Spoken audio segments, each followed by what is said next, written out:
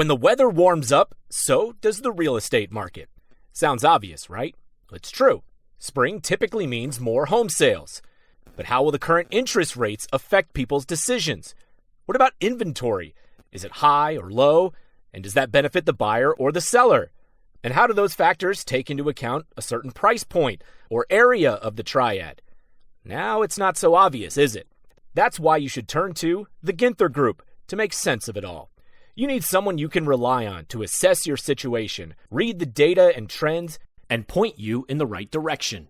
Interest rates, inventory, even new construction. There are so many factors that impact our local market.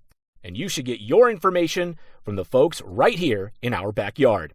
Contact Blake Ginther and the Ginther Group today, 336-283-8689, or visit theginthergroup.com.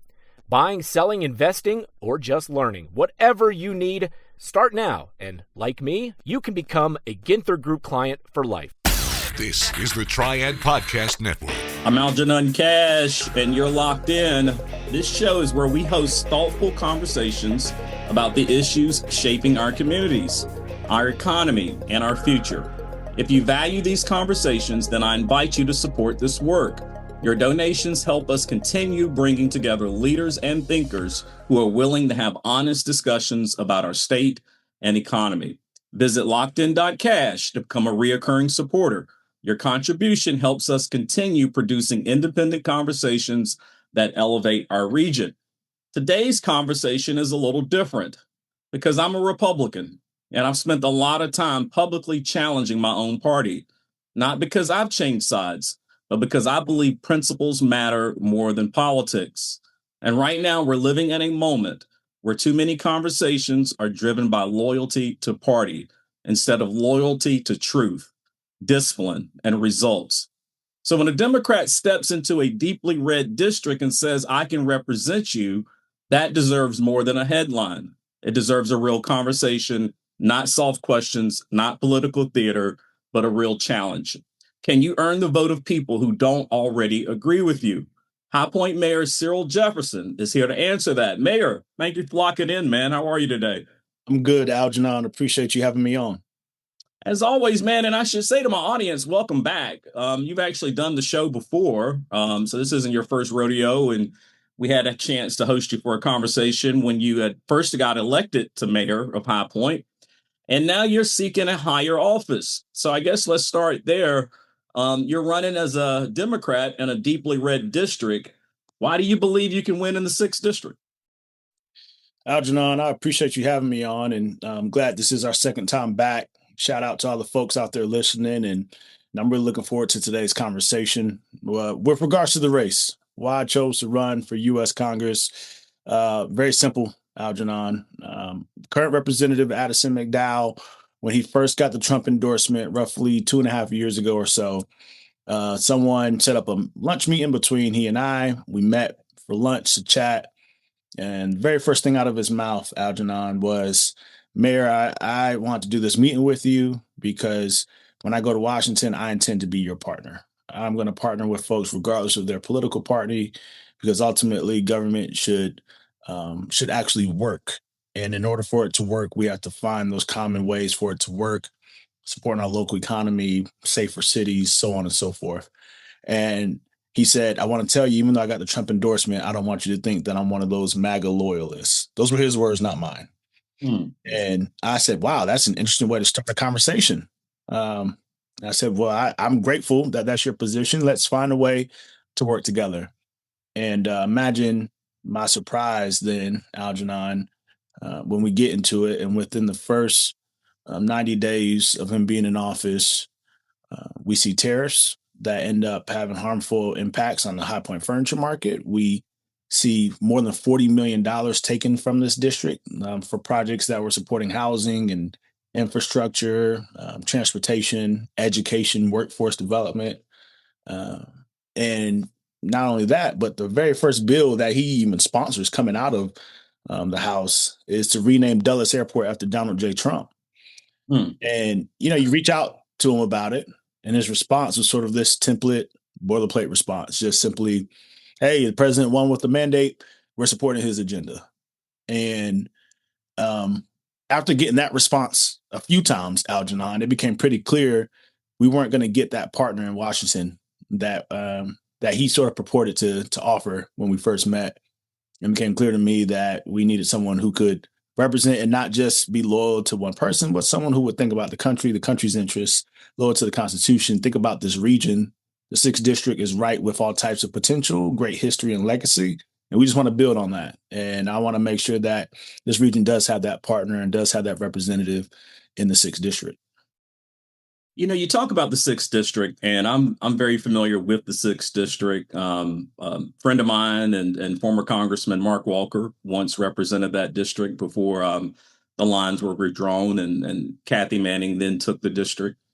Then the lines were redrawn again to make it a deeply red district, and that's how our current Congressman, Representative McDowell, was able to win. Mm-hmm. There are a lot of MAGA loyalists that are part of the 6th District that might hear this conversation, and they may be wondering, why should they consider you? Why should they cross the party lines to put a Democrat in that district?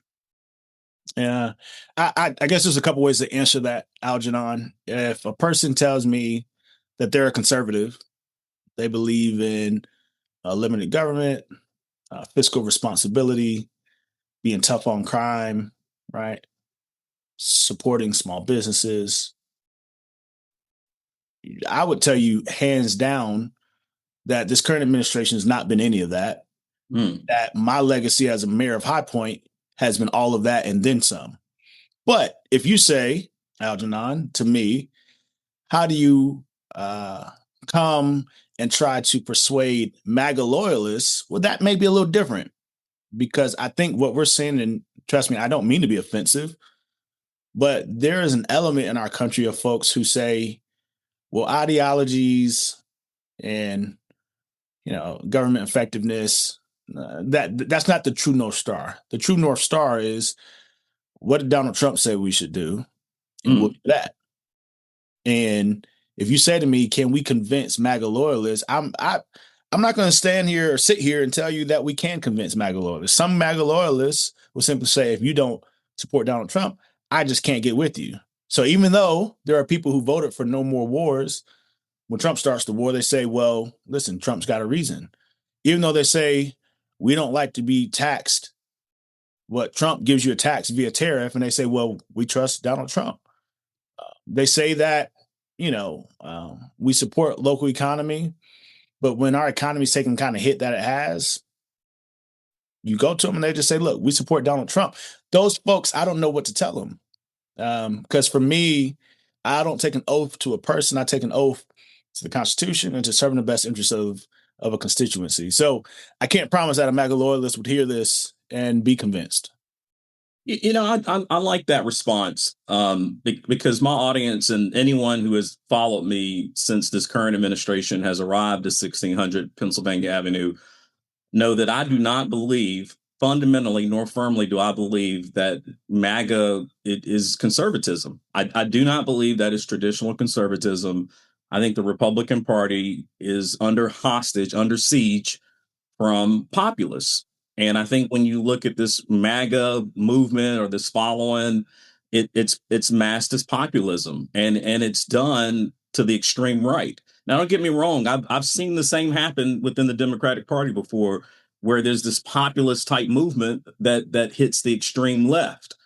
And I think when you look at our country, people are not looking for the extreme right, nor are they looking for the extreme left. I think they're looking for something in the middle. They're just looking for some common sense solutions to problems that they are facing or their families are facing every single day. That's really, at the end of the day, that's all people want.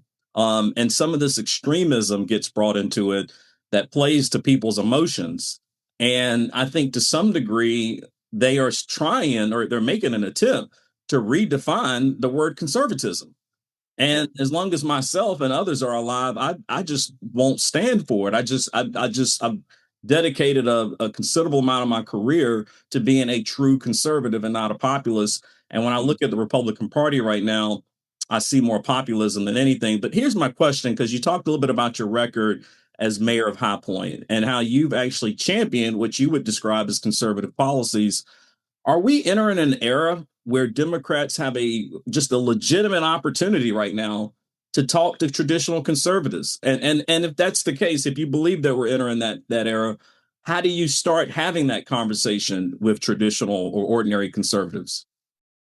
Yeah, Algenon, I think I'd say to answer your question, Democrats themselves are just not monoliths. The same way Republicans are not monoliths, right? You've got a wide spectrum in terms of where people fall on things. So all I can do is be very true, very authentic, very honest, and cut to the core in terms of what my fundamental beliefs are, and the things that I've worked towards, the things that I believe will make this country stronger. So I want to be clear. I can talk about positions I think a party could take, but I'm just clear that there are some people in the party who are going to be not at the same part of the political spectrum as I am. Right? I'm what some people may call a moderate. Moderate is interesting. Other words for it, blue dog Democrat, whatever. I think a really easy way to sort of say is that I do my best to be as pragmatic as I can. I think there are people who want government to be effective. And for me, I don't always want to wax poetic. Now, don't get me wrong. I believe in inspiring people. I believe in having vision and believing in us reaching the very best days yet ahead. But I also like to I also like to wax prosaic. I mean, let me say it that way in terms of how we govern. You probably heard it said that you campaign in poetry, but govern in prose. That there are times when you think about, hey, some people claim Democrats are soft on crime. I can't speak for every Democrat. Let me speak for this Democrat, though, right? That's what I like to hear. Yeah. And that in High Point, we've seen 67% drop in violent crime and in homicides in High Point since I've been mayor. To be clear, you say, well, what goes for that? We've got incredible law enforcement, but I'm also someone who's going to just note that culture is incredibly important in any organization. It's important at High Point City Hall. This is a city council that partners with our law enforcement to give them the resources and tools that they need. And every so often, it's put to the test to see how pragmatic we'll be. Sometimes you'll get some things that flare up in community and people will say, oh, you need to take a strong stance and condemn this police department. And I'll go meet with chief, right? Speak with the city manager, speak with our attorney, get an understanding, hey, how we do? Anything illegal done, unethical, immoral, right? Any of that? Okay. Were we within policy everywhere on this? Okay. So we were within our grounds to do what we did, and people got an emotional response. I get it. Emotional responses, I can't tell someone how to feel. Like, you feel what you feel. But I can't let someone's emotional response stop us from governing effectively. So what we're going to do here is to keep trust established between city council and law enforcement, is that when they're not outside the bounds, we're not going to come down on them just because it's politically expedient. But we will expect that when someone is outside the bounds, that chief, you handle it. And our chief, and not just this chief, chiefs before have handled it very well in terms of make sure folks are not outside the bounds. And that's trust. Is that always politically expedient? Is that the most popular thing on social media? No, but it is effective governance. And it's what has allowed our law enforcement to be effective. I could say the same thing about economic development, right? I could go on about a number of ways that we approach doing business. And it has everything to do with, we know that people in High Point want to live in a city that feels safe. It doesn't matter if they're Democrat, Republican, old, young, black, white, rich, poor. It doesn't matter who they are. They want to feel safe. They want to know that when they call 911, law enforcement is going to show up. They want to know that that law enforcement can stop crime when crime is happening. They also want to know that that law enforcement isn't being racist or isn't being, biased in a way that's making it harmful for communities. So we can walk and chew gum at the same time. We can have a law enforcement that stops crime and a law enforcement that is incredibly responsible to its community. And it has been that. And the record shows it. So when you say, how might Democrats in this time speak to conservatives and champion some of those things? It's funny because I don't want to put safe communities in anyone's bucket. I think safe communities are just what any human wants to be in. And you can call me red, blue. It doesn't really matter what you call me, as long as I lead a city that's doing its best to ensure that every resident can feel safe, can thrive, can have a working income, can have opportunities, right? That's what matters. Well, it sounds to me you're not on board with the message of defund the police, Not which at was all. championed by the Democratic Party so many years ago. And I know you personally, and I know you're not. I know your heart as well. You mentioned a moment ago about Representative McDowell being very loyal to the Trump administration, or maybe even to Donald Trump himself. To some degree, the RNC has been totally remade in Trump's image. They've gotten rid of anybody that would have been there pre-Trump, and they basically installed party loyalists all the way through the party.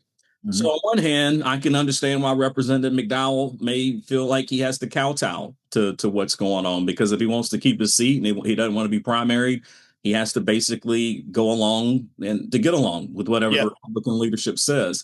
I think also right now, when you look at a Senator Tillis, who's been very outspoken the last few months, I think the reason he's so outspoken is because he's not, connected at the hip with the party any longer, and he doesn't have to worry about raising money, and so he can now, use his voice, and the chains have sort of come off to some degree. If you're successful with this, if you make it to Washington, if you win in the general election, you're going to be also beholden and attached to the DNC and to your party. There will become a time where you have to run for reelection. There will become a time where you have to worry about a primary challenge. There will become times where you also have to raise lots of money to be able to keep your position. Are you willing, if you win the 6th congressional district, are you prepared to go against the leadership within your own party?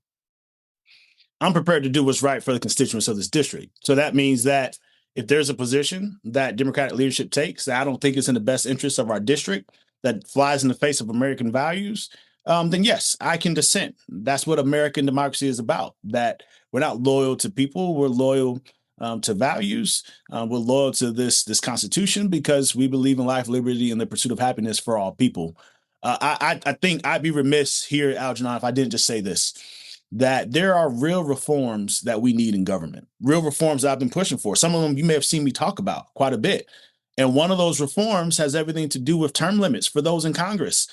And I get the side of it where people say, don't you want to have experienced folks with expertise in Congress who know the ropes and can do this and that? And yes, I can point to very good cases of people who served in Congress for a while, and I thought they were very effective even into later years being in Congress. But for every person I can find who's a great example, I can also find examples of folks who compromise their values, compromise what they believe to be true simply because they want to get reelected. And you brought up Senator Tom Tillis, and I'm glad you did, because he right now, in my mind, is the poster child for why we absolutely need term limits. Because a person finds moral clarity and courage when they're not focused on being reelected. When you say, hey, I'm just going to speak with conviction based on what I think is right. I'm not focused on being reelected. I just want to do what's right by the people. And the truth is, that position is a position that everyone wants you to take. Now, Algenon, I'm no fool.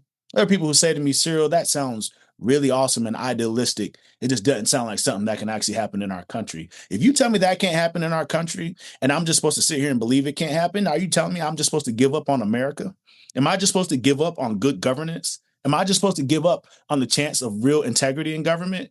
Because if you tell me that, if you want to tell 340 million Americans give up on integrity in government, then say that. But if you're not going to say that, then we got to give it a chance, which is why me and 100 plus other candidates around the country who are running for Congress this year, most of us new, are saying that when we get in, we don't care who it hurts and who it opposes. We are putting term limits in place. Now, we can negotiate what those term limits look like. Maybe it's 18 years, maybe it's 12 years, whatever it may be. There will be term limits in place to make sure that you don't have forever politicians. Your job as a representative is not to get reelected. Your job as a representative is to serve the people, simple and plain. Springtime brings so many special occasions, so why not spring into Dewey's for all your celebration needs? From custom, unique cakes to balloons and party tableware to the perfect gift, Dewey's is your one-stop shop in the Triad. Even if you don't have a big event on the horizon, it's always a great day to stop by your local Dewey's Bakery, especially on Mondays for a free Cake Square Day. No purchase necessary and available all year round at any of their Triad area locations in Winston-Salem at Thruway Shopping Center and Renolda Manor, and in Greensboro at the Friendly Shopping Center. Need to place that order now? Visit local.deweys.com. Our friends at Dewey's are always finding great ways to give back to our local community, providing millions of dollars to nonprofits. Your organization can also partner with Dewey's to raise money. Just email cake@deweys.com to learn more. Don't miss the chance to make your event even more special with an order at local.deweys.com. Dewey's. Celebrate every day. It's time to get serious about your financial future. It's never too early, but it could be too late to get started. And that's oftentimes the hardest part, getting started. How much do I save? Where do I invest? Do I save for college or retirement? How much for each? And who do I talk to about it all? Okay, we'll keep things simple for now and help you answer the last one. We recommend you begin with a local financial advisor. And that's Jennifer Johnson of Three Magnolias Financial Advisors. She'll sit down with you for a complimentary introductory consultation and go over all of your questions. Get started on the path to achieving your financial goals. Visit 3magnoliasfinancialadvisors.com or call 336-701-1600. Get comfortable with your financial future. 3 Magnolias Financial Advisors. Retirement, financial planning, and investments. Securities offered through Private Client Services. Member FINRA SIPC. Investment advisory services offered through 3 Magnolias Financial Advisors. 3 Magnolias Financial Advisors and Private Client Services are not affiliated. Private Client Services is under separate ownership from any other named entity. No more forever wars and no more forever politicians. That's a big campaign slogan in itself right now. I don't, I know it's so difficult to get the initiative around term limits through Congress, and then it's also difficult to get a president to sign off on it. But I tell you, at the very basic level, if we could just get some of the money out of politics, that would change a lot of things. I think what you're seeing with Senator Tillis right now, it's not just the politics aspect of it; it's the amount of money that you've got to raise. When you're talking about having to raise, when you're talking about a Senate race. A United States Senate race in North Carolina, of all places, is going to cost $1 billion on both sides when you've got families within North Carolina that don't know where they're going to eat or where they're going to lay their head tonight. But what we're spending $1 billion to elect the next U.S. senator, that is a clear signal to every voter and any person with common sense all around the country. We are spending way too much money in politics. When you're spending billions and billions of dollars to get a job that pays $400,000 a year, that should tell people a lot. And so, I'm in term limits. I'm on board with that. But I think immediately we have to figure out a way to get money out of politics. Yeah, so Algenon, you and I are doing a great conversation right now, and I pray to God that this gets to as many people as possible. Because I mentioned the reform about term limits, but let's just be clear. If you go and look on my page, go look on my website, go look anywhere, and you hear me talk about government reforms, term limits is one pillar of that. There's 4 other pillars. So I'm going to name these 4 pillars just real quick, and then I want to talk about the specific pillar that gets to what you're talking about. So in addition to term limits, I think you got to ban stock trading for folks who are in Congress, and not just Congress. I also think the executive branch has to get in there too. I think you got to have a moratorium on lobbying, which means that when I leave Congress, I can't go into some cushy lobbying job. Right now, that moratorium's a year. It needs to be 5 years. And if you say to me, well, that kind of conflicts or flies in the face of maybe some relationships that I'm trying to leverage, you should not be in Congress trying to leverage relationships for your next job. You should be in Congress representing the people. So we need a 5-year moratorium before you go lobby. There's plenty of lobbyists who have never served in Congress. You could do the same thing, right? Like you're not out here to be in Congress for your next job, period. So we got term limits. We got banning stock trading. We got moratorium on on lobbying. A real enforceable code of ethics for the Supreme Court. I think you kind of get that and where that falls and people and what they've been doing that have just been corrupt. But the fifth pillar that I want to talk about to your question is about Citizens United. It's what Congress can do to effectuate a law that mitigates the harmful effects of a Citizens United, right? The Supreme Court decided that, hey, it's okay for dark money to be in politics, and I'm not okay with that. Citizens United effectively made it where folks can give endless amounts of money. And I think that there's got to be some level of accountability there. We're at a point where right now people feel like money makes the decisions for who should be in office instead of the people. And I think the other point I want to raise is this, Algenon. There are cases where money doesn't actually win the election for you. We just saw it with Phil Berger and Sam Page. Phil Berger had millions of dollars, and Sam Page, I think he had a 5-figure total fundraise, right? Compared to 7 figures for Berger, and Berger was in the mid 7 figures. He outraised him considerably. And yet Sam Page won because people were fed up with what they thought was just corrupt practices and a representative who was out of touch. I think what we're seeing is folks waking up and saying, hold on, we want government who works well. We want government that's willing to negotiate across the aisle to get things done. We want government that's not going to be extreme on each side. We want government that's not out here cutting these shady deals, which is why I firmly believe that the reforms I brought up to you, I'm preaching them and shouting them from every mountaintop. I've said this, Algenon, put me on the record, and I'm fine with it. If you were to say to me today, proposition to me that, Cyril, you're going to get into office come November, or you're going to win the election come November 2026, and you're going to get sworn in come January 2027, and in exchange for that, over those 2 years, you will get to pass those 5 reforms that you said. But after that, you can never be in Congress again. Algenon, I take that deal in a heartbeat. I take it without even talking about it. I have no issues telling you right here today that I'm not running to be in Congress because I have some propped up idea of romanticizing what it's like to serve in Congress. Like, I've been in public office now. This is my 7th year. It is a sacrifice. I spend time away from my family all the time. I deal with criticism, whether it's earned or unearned. And sometimes I just get like literally no recognition for things that you do well. And that's okay. You know, it's a sacrifice being in public office. I am perfectly fine getting into Congress, effectuating these reforms that we talked about, putting them in place so that way we have a better Congress going forward, and then riding off into the sunset. I don't need to stay elected forever, Algenon. And I think the truth is, if you have more people with that on their mind, we would change America very quickly. Well, I honestly, Mayor, I think some people go to Washington with that on their mind. I'm going to just say it publicly because I've written an article about this for the Carolina Journal a couple of years ago.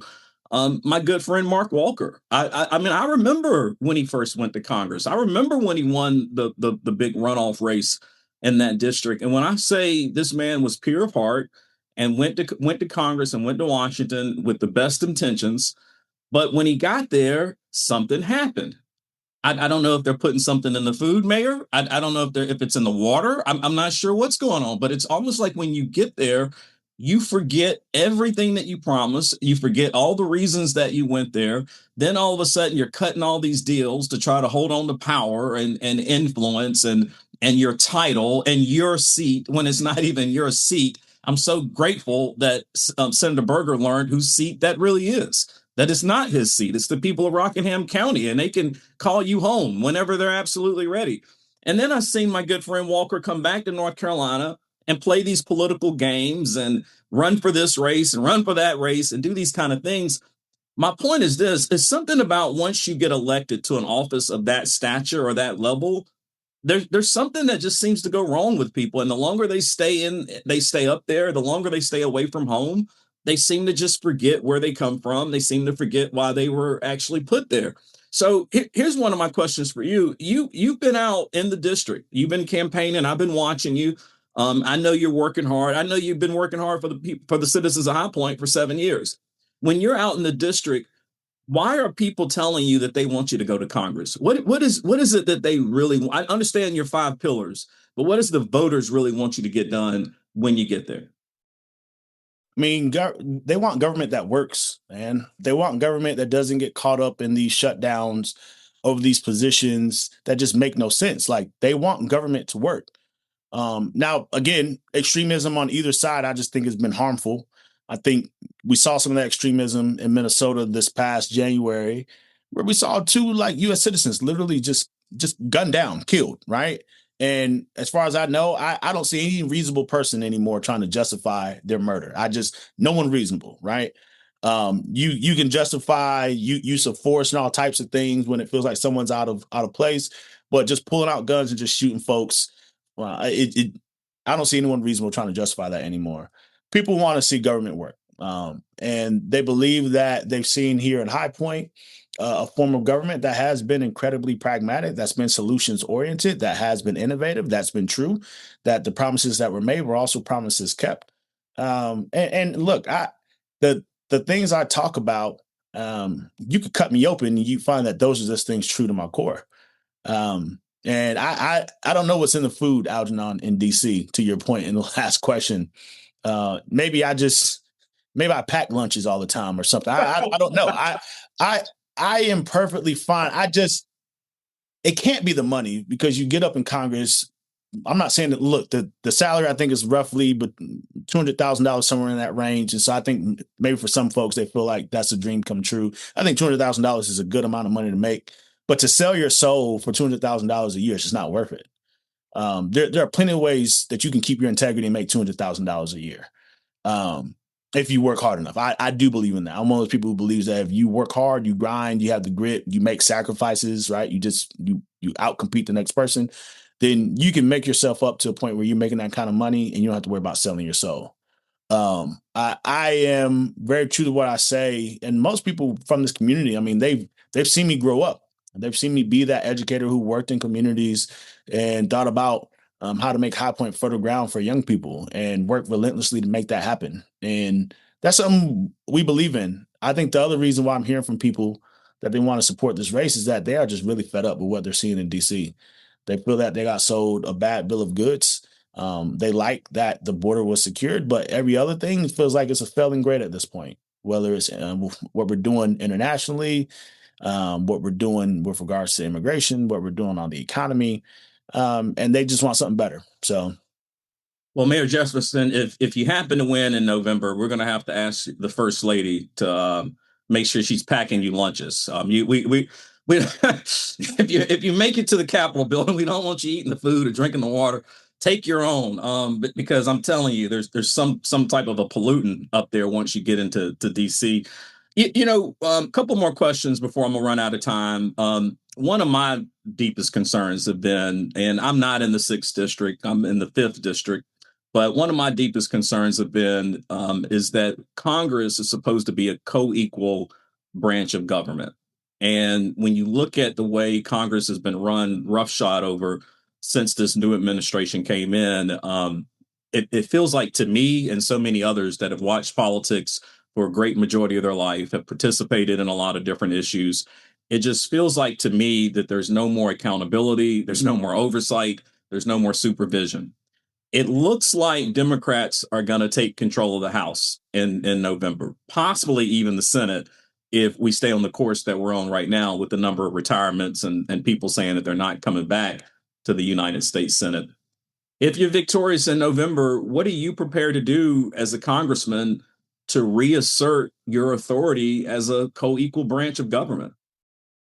Yeah. I mean, first of all, what we're seeing with so many of the emergency declarations coming out of the White House, whether it's the emergency tariffs, right, or the emergency that we did because they claim we had some invasion from immigrants, or the emergency declarations around war. We got to curtail those. We got to put limits on that executive power. Here we have a president who's literally threatening to wipe out entire civilizations. Now, some people say, oh, Trump says crazy stuff because he's just trying to negotiate. And I'm like, dude, I just don't understand how you could say that and not think to yourself that that is a terrible statement. Like, you have to know there is no reason the president of the United States is threatening to commit genocide. It's not okay. And we have to have the moral clarity, the courage to be able to do our part, to be able to curtail what's happening.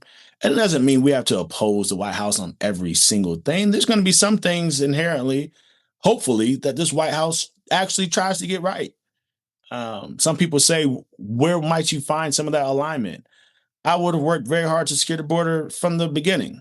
But to be clear, if you want a quick side note here, Biden had a deal with people like Senator Lankford and others to do a bipartisan border bill back at the end of 2023 that Trump killed because he said, if you fix this issue before the election, I won't get reelected, right? So here people are playing the politics that they play. Like, we shouldn't be doing it for anyone's re-elections. Let's just be clear. Running for office and politics are a means to an end. Parties are a means to an end. It's all about better government.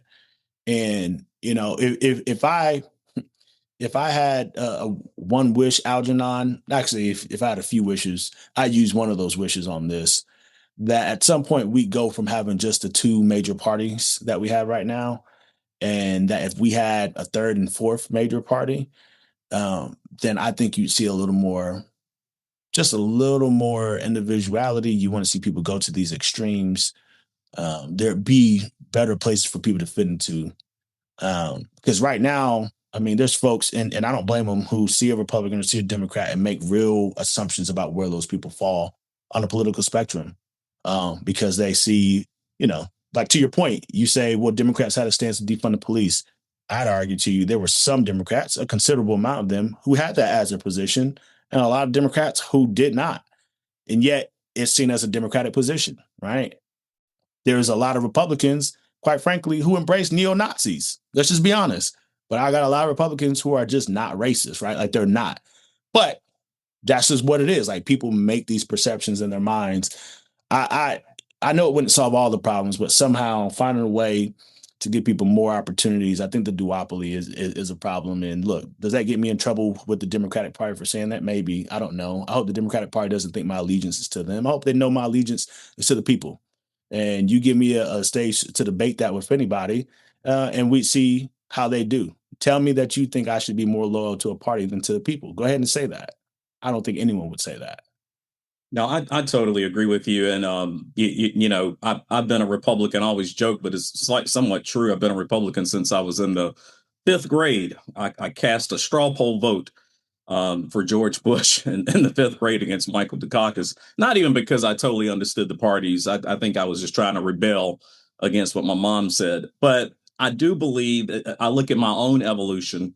And to any of my audience, if you go to lockedin.cash and you read my blog, I've been writing a blog since 2006.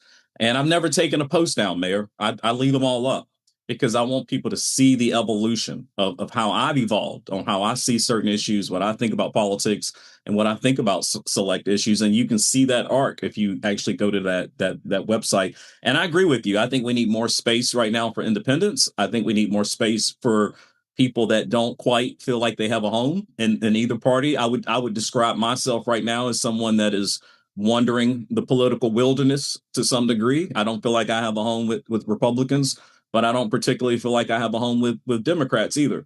And so I'm one of those that's just out roaming around, just trying to sort of figure it out. But I think it all goes back to what we talked about a moment ago, Mayor. If there wasn't so much money in politics, these two parties wouldn't be able to be so dominant. But the reason they're so dominant is because they filter and funnel so much money, and they sort of create this extremism and identity politics that raises emotions. And whenever you raise emotions, people start opening their wallets and writing checks. It's the exact thing that happened with my party and Mark Robinson. They got so excited about Mark Robinson because he was a fundraising machine.